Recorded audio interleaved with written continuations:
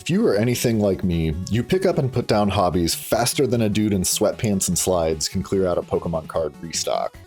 I don't know what this can be attributed to. ADHD? A fast-moving world that makes us move faster within it, leaving no time for any singular hobbies? The blessing and curse of having infinite amounts of knowledge in our pocket, so we already have a head start on a new hobby, meaning they just hold your attention less well and you drop them at a faster rate? I don't know, man, but in my life, hobbies come and go. It's always a similar cycle. You learn about a new thing that sounds interesting, you get really excited about it, and you invest some money and time into starting it. You find the subreddit, you peruse the subreddit for inspiration, perhaps you make a post asking a couple of questions. Then you get called names because, oh, this has been posted here 1,000,000 times, you should have seen it already. God, I hate these newbies coming in here and ruining our safe space. And then you actually try to do the thing, you have fun doing the thing, and you just move on to the next thing and forget all about it. But even through that vicious cycle, I've always had one that sticks around, which is collecting retro games. It probably sticks around because it's easy and doesn't actually require much focus or attention. You find a game, you buy it, you play it, slap it on your shelf and look at it, and that's it. I've talked about it quite a few times on this channel already, but if you are new here, I've been collecting games for years. It's my one little hobby that's followed me around since childhood, and although it's a lot harder now with skyrocketing prices, I still enjoy expanding my collection when I can. With the years of being in this hobby comes the knowledge of certain things. Recognizing rare games that would otherwise just look like a generic game nobody thinks twice about, for example. And when you're setting out to complete a library, you learn really quickly that no, you won't be able to do that, at least not in this lifetime. When there are single games that command thousands of dollars, unless you have, money, you ain't gonna add those to your collection anytime soon. But why are there games that have such insane price tags? What factors go into making a piece of plastic worth a down payment on a house?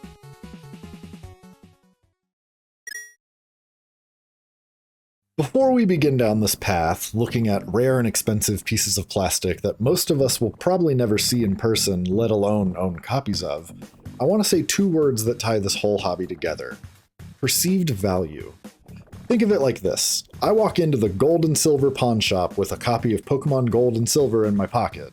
I'm a cheeky little shitbird that has done my research, so I know that these are worth about $65 and $70 respectively.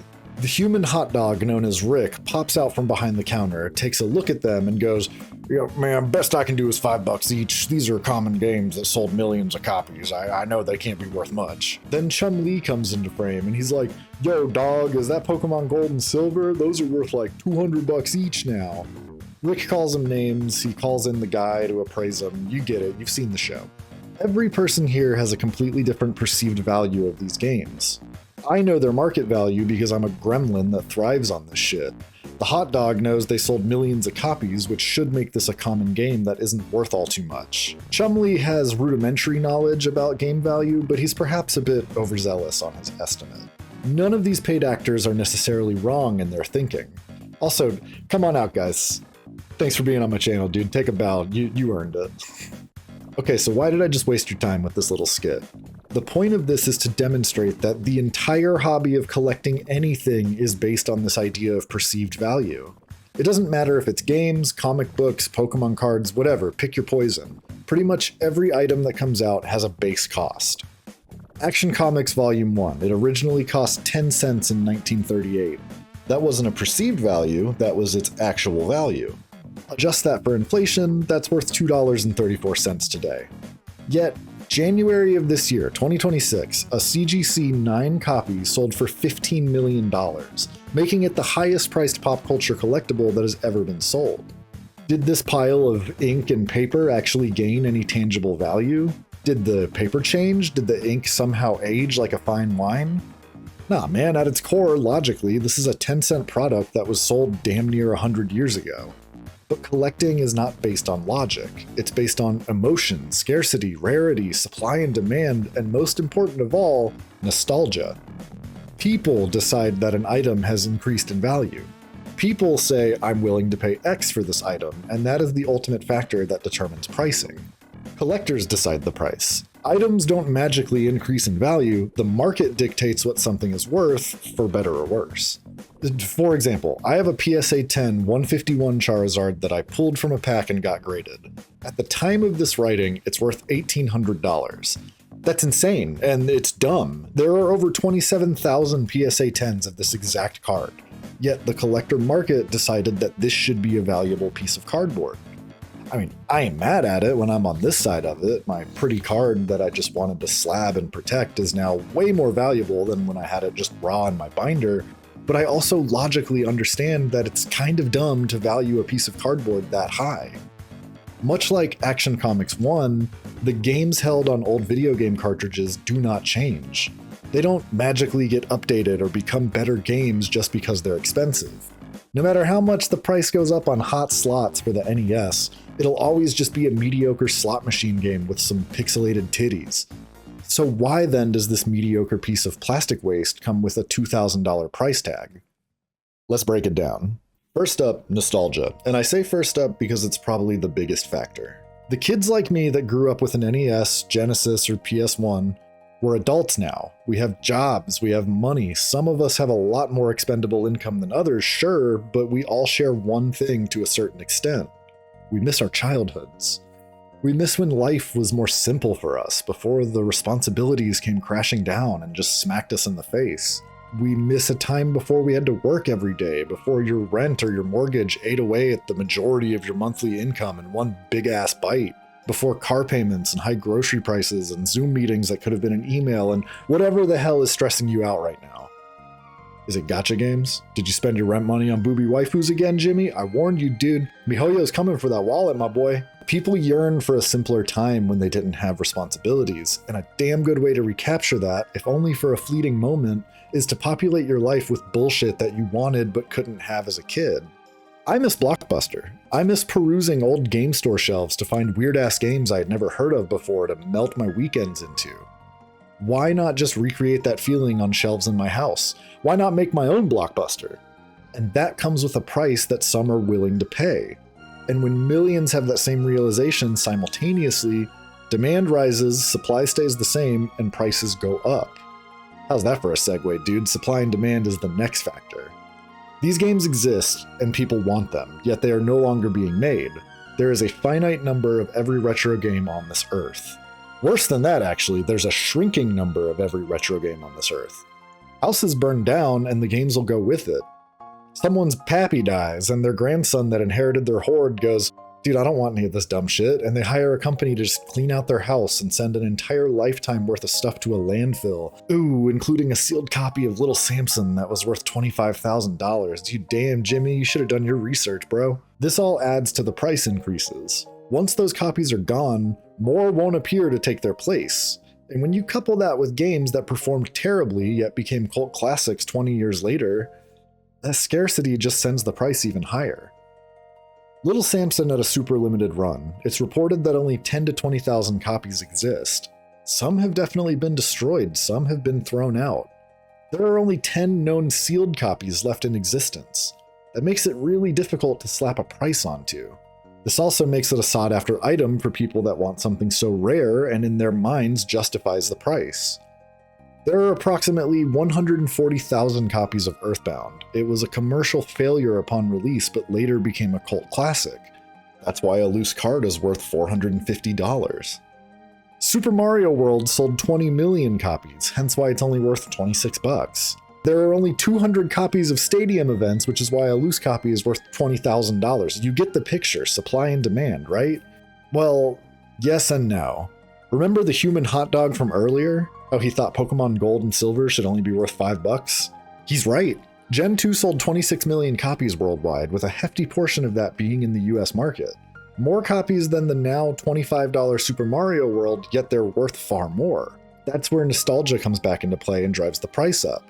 I hate to agree with the hot dog, but I'm with him. These games should not be valuable at all. There's no supply issue like there would be with Little Samson. These games are in millions upon millions of households worldwide. So why the suddenly high price? If it was just demand and nostalgia, sure, the prices might increase a bit, but Pokemon Silver was only worth $20 in 2020, which I would consider a fair price. Enter the investment bros, the brave men and women with diamond hands, ready to take a gamble on anything if they think it'll rise in price and give them a significant return on their investment. 2020 was the turning point. We all lived through it, you remember. Millions of people stuck in their homes, jobless even if only temporarily, and bored out of their minds.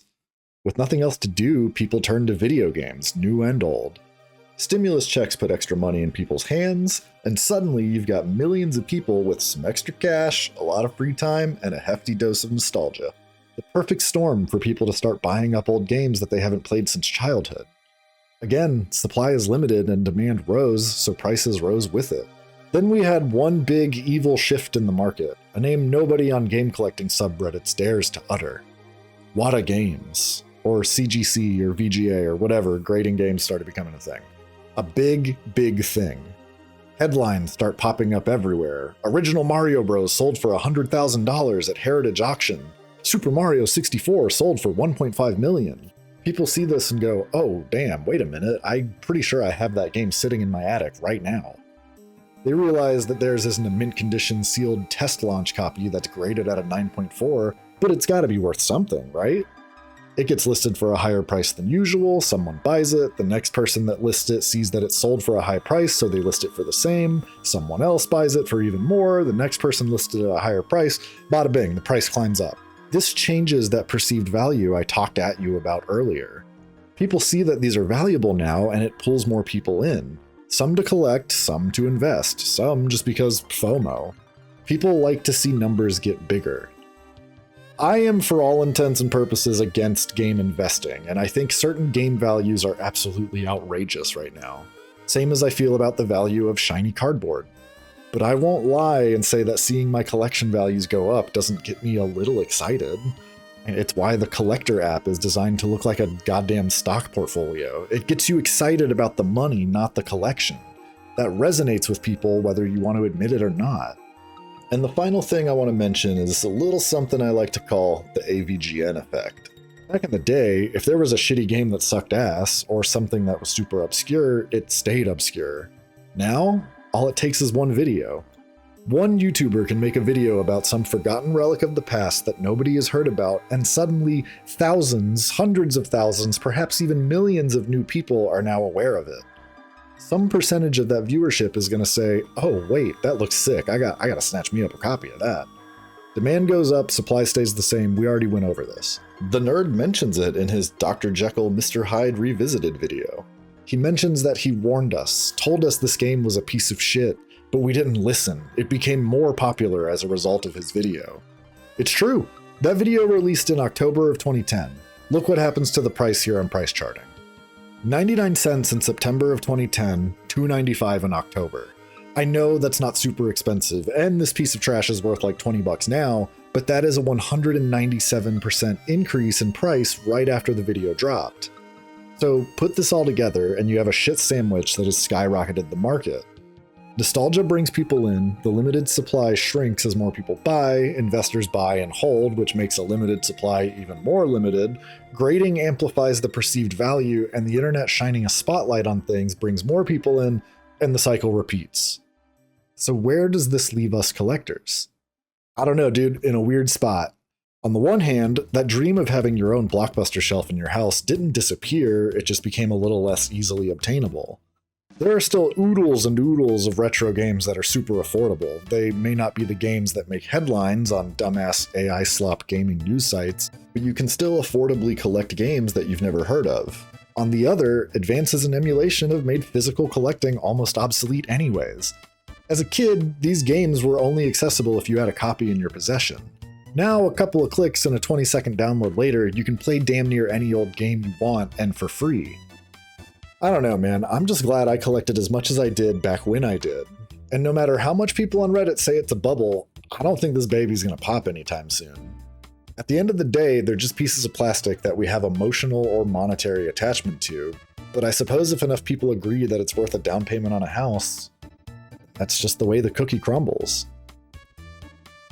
Oh, well, hell, man. This script that I thought was going to be a short little 5-minute video turned into a whole-ass old man yells at clouds rant.